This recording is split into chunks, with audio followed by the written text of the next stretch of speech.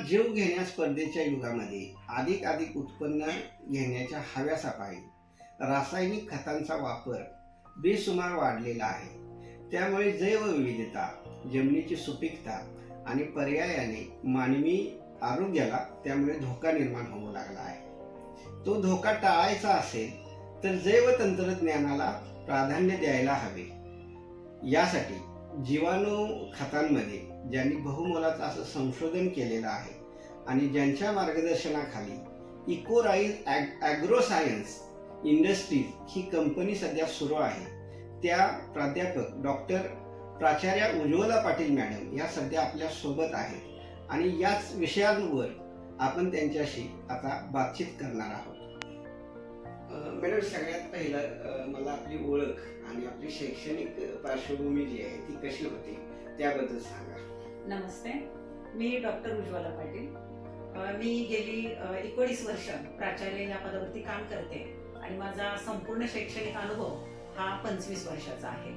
आता या पदापर्यंत पोहोचेपर्यंतचा जो माझा आलेख आहे त्यामध्ये 10वीला असताना माझा केंद्रामध्ये पहिला नंबर आलेला होता मुंडाळे हायस्कूलला. त्यानंतर मी 12वी नंतर मला MBBS ला जायचं होतं, पण टोटल मार्क्समध्ये 5 मार्क्स कमी पडले म्हणून मी जाऊ शकले नाही. मग मी BSc केलं. BSc Yashwantrao Chavan institute of science मधून BSc नंतर MSc ला मेरिटने येणारी मी एकमेव विद्यार्थिनी होते. त्यानंतर MSc मध्ये पण मी शिवाजी विद्यापीठात 2 विषयामध्ये युनिव्हर्सिटी टॉपर होते.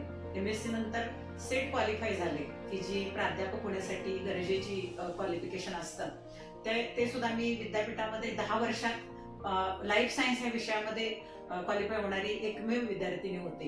त्यानंतर मी PhD केलं आणि सध्या मी शिवाजी विद्यापीठाचा मायक्रोबायोलॉजी विषयाचा गाईड म्हणून काम करते. माझ्याकडे 5 विद्यार्थी PhDचं गायडन्स घेतात. आता तुम्ही मॅडम जसं सांगितलं सा की मायक्रोबायोलॉजी हा तुमचा विषय होता, म्हणजे सूक्ष्मजीवशास्त्र. यामध्ये मग जीवाणू ज्याला आपण म्हणतो जीवाणू खत कसं तयार होतं याबद्दल काय सांगाल? तर जीवाणू खतं ही कशी गरजेची आहेत समाजासाठी किंवा शेतीसाठी हे सांगायचं जर झालं तर त्याच्या अगोदर आपल्याला थोडा भारतीय शेतीचा इतिहास सांगावा लागेल. आपल्याला माहिती आहे की 390 कोटी वर्षापासून जीवाणूंची निर्मिती झाली पृथ्वीवरती आणि जवळजवळ 10-12 हजार वर्ष झाली की माणूस जंगलातून बाहेर आला. त्याच्या आधी तो जंगलात राहत होता, नैसर्गिकरित्या राहत होता आणि खरं म्हणजे माणूस आपल्या जंगलाचं अस्तित्व किंवा जंगलाची आपली जे नातं आहे ते गेल्या 50 ते 150 वर्षामध्ये तो विसरलाय.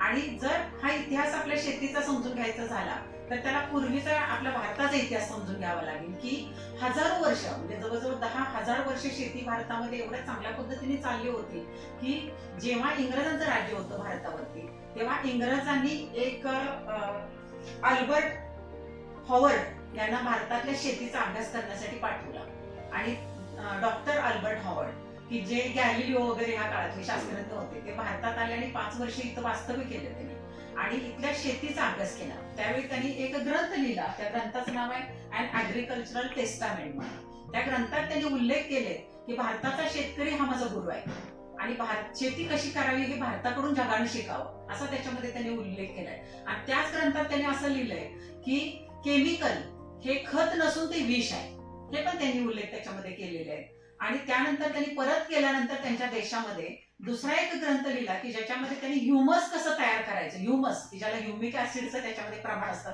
ह्युमस म्हणजे काय की जे कुजल्यानंतर ते काळ्या कलरचं खत तयार होतं ते तयार करण्याबद्दल त्यांनी ग्रंथ लिहिला. त्याच्या 7 आवृत्ती त्या लंडनमध्ये पब्लिश झाल्या आणि जगाला त्यांनी शिकवण्याचा प्रयत्न केला की भारतामध्ये नैसर्गिक पद्धतीने शेती कशी केली जाते. आणि भारताच्या शेतीचं वैशिष्ट्य म्हणजे हिरवून पिकं घेणं किंवा मिक्स पिकं घेणं, ह्याच्यामुळे भारताची शेती टिकून होती.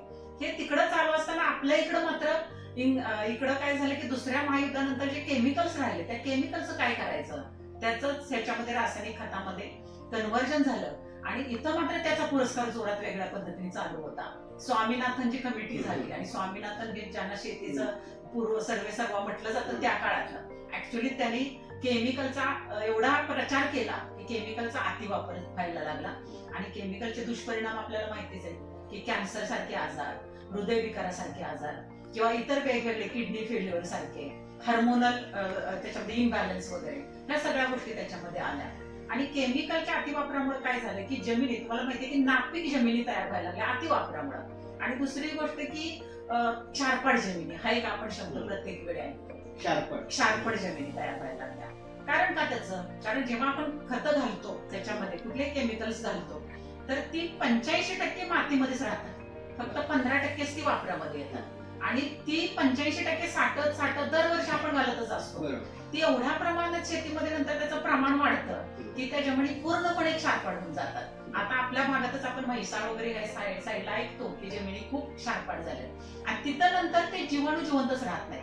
ऍक्च्युली शेती म्हणजे काय की ते त्याच्यामध्ये जीवाणू असल्याशिवाय त्याची त्या मातीची जी प्रत आहे ज्याच्यामध्ये पूर्णपणे मॉइश्चर असायला, शोषून घेण्याची क्षमता पाहिजे किंवा त्याच्यामध्ये काही हवा असायला पाहिजे ज्या प्रमाणात, ते टिकून राहत नाही. आणि मग तिथं कुठते जे साठत राहतं आणि मग निष्क्रिय किंवा निर्जीव आपण जे म्हणतो शेती, ही निर्जीव शेती तयार होते. हे प्रमाण त्याच्यामुळे वाढलेलं आहे. आजार तर होतातच, पण शेती आता मला सांगा की जर 50 किंवा ह्या अलीकडच्या काळात जर एवढं वाईट परिणाम दिसत असतील तर पुढे जर भविष्यात आपण असंच शेकडो वर्ष जर वापरत गेलो तर जमिनीची अवस्था काय होईल. म्हणून ते जर टाळायचं असेल तर त्याच्यामध्ये बदल होण्याची गरज आहे. जी पूर्वी नैसर्गिक पद्धतीने आपण जे शेती करत होतो की जे जीव नष्ट झाले त्याच्यातले ते जीव त्याच्यामध्ये परत त्याच्यामध्ये घालणं, निर्माण करणं, त्यात ऍड करणं किंवा त्यामध्ये घालणं ही गरजेची गोष्ट आहे. आणि हे लक्षात आल्यामुळं की म्हणजे हा खरं म्हणजे जीवाणू म्हणजे ह्याच्यातूनच तुमच्या लक्षात येईल की जीवाणू खताची गरज शेतीला कशी आहे. मॅडम, सध्याची शेतीची अवस्था कशी आहे आणि ती सुधारण्यासाठी नेमकं काय करावं लागेल हे जाणून घ्यायला आवडेल. तर हा अतिशय महत्वाचा प्रश्न आहे. कारण जेव्हापासून हा जीवाणू खतांची निर्मिती करण्याचं काम आम्ही सुरू केलं त्यावेळी त्यानंतरच ऍक्च्युली बऱ्याचशा शेतकऱ्यांशी संबंध आला माझा आणि त्यातून बऱ्याच गोष्टी कळाल्या. कारण त्यातल्या बऱ्याचशा शेतकऱ्यांना ह्याबद्दल माहिती नाही. पण आताचे जे तरुण शेतकरी आहेत, जे एक्सपेरिमेंटल शेतकरी असं म्हणू आपण, त्यांना मात्र ह्यामध्ये उत्सुकता आहे बऱ्यापैकी, प्रयोगशील शेतकरी की ज्यांना ह्याबद्दल बऱ्यापैकी माहिती आहे आणि ते वापरू लागले. आणि ते वापरायला सुरुवात केल्यामुळे शेतामध्ये किंवा उत्पन्नामध्ये वाढ झाली किंवा इतर जे तुम्हाला खतं लागतात केमिकलची ती कमी केली तरी चालतात, वापर त्याचा कमी केला त्यामुळे खर्च कमी यायला लागला आणि उत्पन्न वाढू लागलं. तर ह्यामध्ये असं दिसतं की ऊसामध्ये पण बरेचसे शेतकरी आता जीवाणू खतांचा वापर करू लागले की ज्याच्यामुळे काय होतं की जे कॉम्प्लेक्स फॉर्म मध्ये जे केमिकल साठून राहिलेले आहेत ते डिझॉल्व्ह होत आहेत आणि ते शेताला सहजरित्या ते पिकाला मिळत आहेत आणि उत्पन्न वाढत आहे. नाही म्हणलं तरी 25 ते 30% उत्पन्नामध्ये त्याच्यामध्ये वाढ होते. आणि जे पण तुम्ही युरिया वगैरे इतर सुपर फॉस्फेट वापरता त्याचं प्रमाण निम्म केलं तरी चालतंय. काय तर वापरत पण नाही कारण शेतात साठलेलं आहे बरंचसं. ते फक्त अपटेक करून देतात जीवाणू आणि ते मिळवून देतात पिकाला, त्यामुळे ते उत्पन्न वाढलंय. आता द्राक्ष शेती, मी जवळून शेतकरी बरेचसे बघितले की द्राक्ष शेती जे आहे ते बरेचसे शेतकरी जीवाणू म्हणजे जवळजवळ सगळेच शेतकरी जीवाणू खतं वापरतात. कारण द्राक्षाचा जो माल एक्सपोर्ट होतो तो तुम्हाला त्याच्यावरती ते केमिकल विरहित लागतो, तो ऑर्गॅनिक लागतो. ऑर्गॅनिक साठी हे प्रोडक्ट फार महत्वाचं आहे, त्यामुळे ते कंपल्सरी वापरतात. आणि म्हणून आज जर आपण बघितलं तर द्राक्ष शेती खूप चांगल्या पद्धतीने टिकून आहे. त्याचं हे मेन कारण आहे असं मी म्हणेन. कारण डाळिंब शेती आणि द्राक्ष शेती याचा जर आपण कंपॅरेटिव्ह अभ्यास केला तर डाळिंबाच्या 90% बागा निघाल्या. त्याचं मला आढळलेलं कारण काय की बरेचसे डाळिंबाचे शेतकरी जीवाणू खतं वापरत नाहीत, फक्त केमिकल वापरल्यामुळं त्यामुळे काय झालं ते डोसेस खूप प्रमाणात द्यायला लागले. तिथं काही आजार जे आले की जे बरे होईनात परत पेस्टिसाइड मुळे केमिकलच्या. आणि त्याला जीवाणू पेस्टिसाइड, कारण काही जीवाणू हे पेस्टिसाइड सारखं काम करतात, दुसऱ्या जीवाणूंना खाऊन टाकतात आणि ते कीड घालवतात. ते फार गरजेचं आहे. त्यांनी ते न वापरल्यामुळं ते जे पीक आहे किंवा जे झाड आहे ते आतून वाढायला लागलं आणि बरेचसे ते काढायला लागले ते. त्यामुळे त्यामध्ये जर त्या शेतीमध्ये जर प्रोग्रेस करायचा असला किंवा टिकून राहायचं असेल तर बाकीच्या खतांबरोबर ही खतं वापरणं अतिशय गरजेचं आहे, तरच ती शेती टिकणार आहे. दुसरं आपण आंब्याबाबत जर बघितलं, आंब्यात सुद्धा मी खूप शेतकऱ्यांना त्यांची तर गरज आहे, ते म्हणतात आम्हाला ऑर्गॅनिक आंबे काढून द्या, तुम्ही सांगा आम्ही कसं शेती करायची ते. पण तिथं प्रॉब्लेम असा झालाय की केमिकलचा तिथं सुद्धा अतिवापर झाल्यामुळे काय झालंय, जिथं पेस्टिसाइडचं पूर्वी 1 ग्रॅम वापरले जायचं ते 10 ग्रॅम वर आले, ते 100 ग्रॅम पर्यंत गेले. त्यांचं पूर्वी जो डोस ते केमिकलचा देत होते ते 30 दिवसांनी द्यायचे, तो आता 10 दिवसावर आलाय त्यांचा डोस. आणि हे अति त्याच्यामध्ये प्रमाण वाढवल्याशिवाय कारण ते कंट्रोल होत नाही. ते जीवाणू ते जे जीव म्हणजे जे आपण त्याला त्या कीड म्हणतो ते कीड पण निसर्गाला अडॅप्ट होते. आणि त्याचं पण असं झालं की ते परत त्यांनी मरेना झाले आधीच्या पेस्टिसाइड, म्हणून डोस वाढवायला लागतो. आणि डोस एवढा वाढवत गेलाय की तिथं सुद्धा आंब्यांची 150-150 वर्षांची झाडं ही आतून अगदी वाढायला लागली. आणि आपण अगदी आत्ताच्या अलीकडच्या सीझन मध्ये सुद्धा बघितलं असेल की आंब्यांचं प्रमाण जे हेल्दी आंबे ज्याला म्हणतो की ज्याला कुठला रोग नसेल किंवा काही डिफेक्ट नाही अशा आंबे येण्याचं प्रमाण खूप कमी झालंय. त्यामुळे ते शेतकरी पण खूप वैतागले की त्यांना सुद्धा ह्याच्यावरती उपाय पाहिजे. पण आता असं झालं की एवढा मारा तिथे झाल्यामुळं आताच्या परिस्थितीला जीवाणू जगणंच तिथं अवघड झालंय. त्याला अशी शून्यातून सुरुवात करावी लागेल की पहिल्यांदा ऑर्गॅनिक असं एकदम 100% ऑर्गॅनिक हळूहळू वळावं लागेल. हळूहळू केमिकलचं प्रमाण कमी करत करत करत आणि मग एक वेळ असेल की त्या शेतीमध्ये जीवाणूचा चांगला उपयोग होऊ शकतो. तर हा एक हे आहे म्हणजे जेवढं तुम्ही त्याच्यामध्ये चेंज कराल शेतीच्या तुमच्या वापरामध्ये जीवाणूंच्या किंवा त्याच्याकडे जेवढं तुम्ही वळाल तेवढा पॉझिटिव्ह हळूहळू रिस्पॉन्स त्याच्यामध्ये आणि ती टिकणारी शेती तयार होईल. वर्षानुवर्ष शेकडो वर्ष ती शेती ही चांगल्या पद्धतीची शेती ही तिथं तयार होईल, शेत तयार होईल किंवा ती फळ ती झाडं तशा पद्धतीची तयार होईल. याला जोडून एक दुसरा प्रश्न असा की पश्चिम महाराष्ट्रामध्ये ऊसाची शेती फार मोठ्या प्रमाणात केली जाते. तर ऊसाच्या शेतीमध्ये ही जीवाणू जी खतं आहेत ती कशा पद्धतीने काम करतात? तर ऊसाच्या शेतीमध्ये पण तसंच आहे की आता आपण आपल्या कंपनीमधून आपण जे रिकमेंड केले त्याच्यामध्ये 4 प्रकारचा जीवाणू वापरून 4 मध्ये त्याच्यात अजून पण आहेत जवळजवळ 6-7 प्रकारचे टोटल आहेत. पण 4 बॉटलचे किट त्यांनी म्हणजे आधी कंपनी तयार करते जिथे आम्ही त्यांना गायडन्स करतो. तर ते किट जेव्हा वापरलं जातं तेव्हा त्याला जे घटक जे केमिकल फर्टिलायझर मध्ये असतात किंवा मातीत असतात ते म्हणजे नायट्रोजन असेल, फॉस्फेट असेल किंवा सल्फेट असेल, मायक्रोन्यूट्रिएंट्स असतील ते मिळवून देतात ते जीवाणू. आणि त्याच्यामुळे काय होतं की ऊसाची जाडी पण वाढते, ऊसाच्या कांड्या वाढतात आणि उत्पन्नामध्ये वाढ होते. आपल्या मार्गदर्शनाखाली जी कंपनी सुरू करण्यात आली त्या कंपनीत जे सध्या जीवाणू खतं जी तयार करण्यात आलेली आहेत त्या खतांचा म्हणजे शेतकऱ्यांनी ती खतं वापरल्यानंतर त्यांना त्याचा नेमका कसा फायदा झालाय किंवा कोणकोणती खतं जीवाणू खतं आपल्या कंपनीकडनं तयार करण्यात आली याबद्दल जरा तपशीलवार सांगा.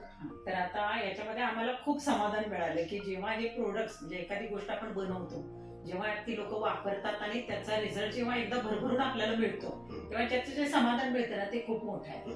तर मग एवढे खूप चांगले चांगले अनुभव त्याच्यामध्ये आले. अगदी अलीकडचे म्हणजे तसे शेकडो अनुभव आहेत आपल्याला वेगवेगळ्या ठिकाणचे. पण अगदी तुम्हाला काही स्वरूप म्हणजे अगदी ठराविक एखादं तुम्हाला त्यातलं सांगेन की अगदी मे मध्ये एक शेतकरी आहेत थोरबोले, त्यांचं नाव पलूसचे शेतकरी आहेत ते. तर त्यांचा नेडवा होता ऊसाचा आणि कृषी अधिकाऱ्यांनी तो नेडवा काढायला सांगितला होता. ते म्हणाले पिवळा पडला होता पूर्णपणे, शेत पूर्ण पिवळं पडलं होतं, ते काढून टाका म्हणून सांगितलं. नंतर त्यांना कोणीतरी सुचवलं की बाबा हे किट आहे आणि हे जीवाणू खतांचं किट आहे ते तू वापरून बघ. मग निम्म्या शेताला त्यांनी ते वापरलं आणि 14 दिवसानंतर निम्म शेत पूर्ण हिरवगार झालं. त्या आजूबाजूची लोक सगळी बघायला आली की एवढं असं कसा काही रिझल्ट चांगला आला म्हणून, एवढा चांगला. असे खूप जणांना रिझल्ट चांगले चांगले आले ऊसाच्या शेतीला. त्यानंतर गेल्या वर्षीचा एक अनुभव, भुरी जी पडते याच्यावरती द्राक्षांवरती, एका शेतकऱ्याचं 95% शेत भुरीने गेलं होतं. आणि ते रात्री संध्याकाळी आमचे ते कन्सल्टंट आहेत तिथं साहेबराव पवार म्हणून. तर त्यांनी ते शेत बघितलं आणि त्या शेतकऱ्याला सजेस्ट केलं की बाबा तू हे किट वापर, आपले किट आहे द्राक्षांचं ते वापरायला सांगितलं त्यांनी. आणि वापरल्यानंतर दुसऱ्या दिवशी मला 9 वाजता फोन आला त्यांचा की जवळजवळ 99% भुरी गेली. आपल्या मार्गदर्शनाखाली जी कंपनी सुरू आहे त्या कंपनीमध्ये जे प्रोडक्ट निर्माण केले जात आहेत त्या प्रोडक्टचं वेगळेपण काय आहे आणि या निमित्तानं तुम्ही शेतकऱ्यांना काय सांगाल? तर आपण जे प्रोडक्ट्स म्हणजे आपली ती जी कंपनी कोरायझ ॲग्रो सायन्स इंडस्ट्री जी आपल्या मार्गदर्शनाखाली प्रोडक्ट्स बनवते तिथं पहिली गोष्ट म्हणजे ऑटोमॅटिक फर्मेंटर्स वापरले जातात की ज्याच्यामुळे सगळे टेम्परेचर, पीएच ह्या ज्या गोष्टी आहेत त्या सगळ्या मेंटेन केल्या जातात आणि त्यामुळे एकदम चांगल्या क्वालिटीचे प्रोडक्ट्स तयार होतात की ज्याच्यामध्ये बाहेरचे नको असलेले घटक ऍड होत नाहीत, एकदम चांगले. दुसरं निर्जंतुकीकरण व्यवस्थित केलं जातं. तिसरं म्हणजे तिथे जे क्वालिफाईड स्टाफ आहे तो MSc डिस्टिंक्शन मधला प्रोडक्शन करणारा स्टाफ आहे. त्यानंतर बऱ्याच गोष्टी तिथं मेंटेन केल्या जातात जसं की प्रिझर्वेटिव्ह, 3 प्रकारचे प्रिझर्वेटिव्ह की जो आमचा रिसर्च ओरिएंटेड आहे, पेटेंटेड गोष्टी आहेत काय की ज्या वापरल्या जातात ज्याच्यामुळे प्रोडक्टचं लाईफ आहे ते 2 वर्ष वगैरे टिकतं. अशा सगळ्या गोष्टी आहेत की ज्यानुसार. दुसरी गोष्ट आपण जे प्रोडक्ट तयार करतो ते ऑर्गॅनिझम्स प्रत्येक एन्व्हायरमेंटल कंडिशन मध्ये, नैसर्गिक कंडिशन मध्ये ते रिझल्ट देतात का, त्या पद्धतीचं अडॅप्टेशन त्याला म्हटलं जातं. ते ऑर्गॅनिझम्स अडॅप्ट केले जातात आणि मग शेतकऱ्यांना वापरायला ते दिले जातात. दुसरी गोष्ट त्याचे रिझल्ट चेक केले जातात. या सगळ्या गोष्टी आपण करतो की ज्याच्यामुळे एकदम छान क्वालिटीचे प्रोडक्ट्स, की अतिशय चांगले आहेत, की ज्याला अगदी एक नंबर द्यायचं म्हटलं तरी लोक देतील अशा पद्धतीचे प्रोडक्ट्स आपण तयार करण्याचा प्रयत्न करतो. आणि शेवटी संदेश शेतकऱ्यांना मी हा देईन की शेती हा उद्योग म्हणून आपण बघायला काय हरकत नाही, कारण शेती बघायला हरकत नाही म्हणण्यापेक्षा मी बघावं असं म्हणेन. कारण मी जवळून शेतकरी बघितले की 1 एकरच्या द्राक्षाच्या बागेमध्ये जर शेतकरी 12 लाखापासून 25 लाखापर्यंत उत्पन्न मिळवत असतील, ऍव्हरेज उत्पन्न त्यांचं 12 लाखाचं आहे, जास्तीत जास्त 25-26 लाखाचं उत्पन्न काढलेले शेतकरी मी बघितले, फक्त सगळ्या व्यवस्थित गोष्टी मेंटेन करून. तर मग आपण इतर पिकांमध्ये सुद्धा चांगल्या पद्धतीचं उत्पन्न काढू शकतो आणि शेती हा उद्योग म्हणून त्याच्याकडे बघू शकतो. हा संदेश शेवटी मी शेतकऱ्यांना देईन आणि थांबेन. धन्यवाद. रासायनिक शेतीमुळे अनेक विषारी द्रव्य व रसायने ही आपल्या पोटात जात आहेत. त्यामुळे अनेक नवनवीन आजारांची आपल्या शरीराला लागण होत आहे. त्याचबरोबर पारंपरिक शेती करताना उत्पादन खर्चाची तोंड मिळवणी करताना शेतकऱ्यांची सुद्धा अक्षरशः दमछाक होत आहे. आणि रासायनिक खतांच्या अतिरेकी वापरामुळे अगदी शेतीचं सुद्धा अमर्याद असं नुकसान होत आहे. अशा काळात जर शेतकऱ्यांना सुगीचे दिवस आणायचे असतील तर प्राधान्याने जीवाणू खतांचा वापर व्हायला हवा असं जे मत आहे ते प्राचार्या डॉक्टर उज्ज्वला पाटील यांनी आपल्याशी बोलताना यावेळी व्यक्त केलंय. मॅडमनी अगदी फार आपल्याला वेळ दिला आणि बहुमोलाचं असं मार्गदर्शन केलं. त्याबद्दल प्राचार्य डॉक्टर उज्ज्वला पाटील मॅडमचं पुन्हा एकदा आभार. थँक्यू. धन्यवाद. थँक्यू.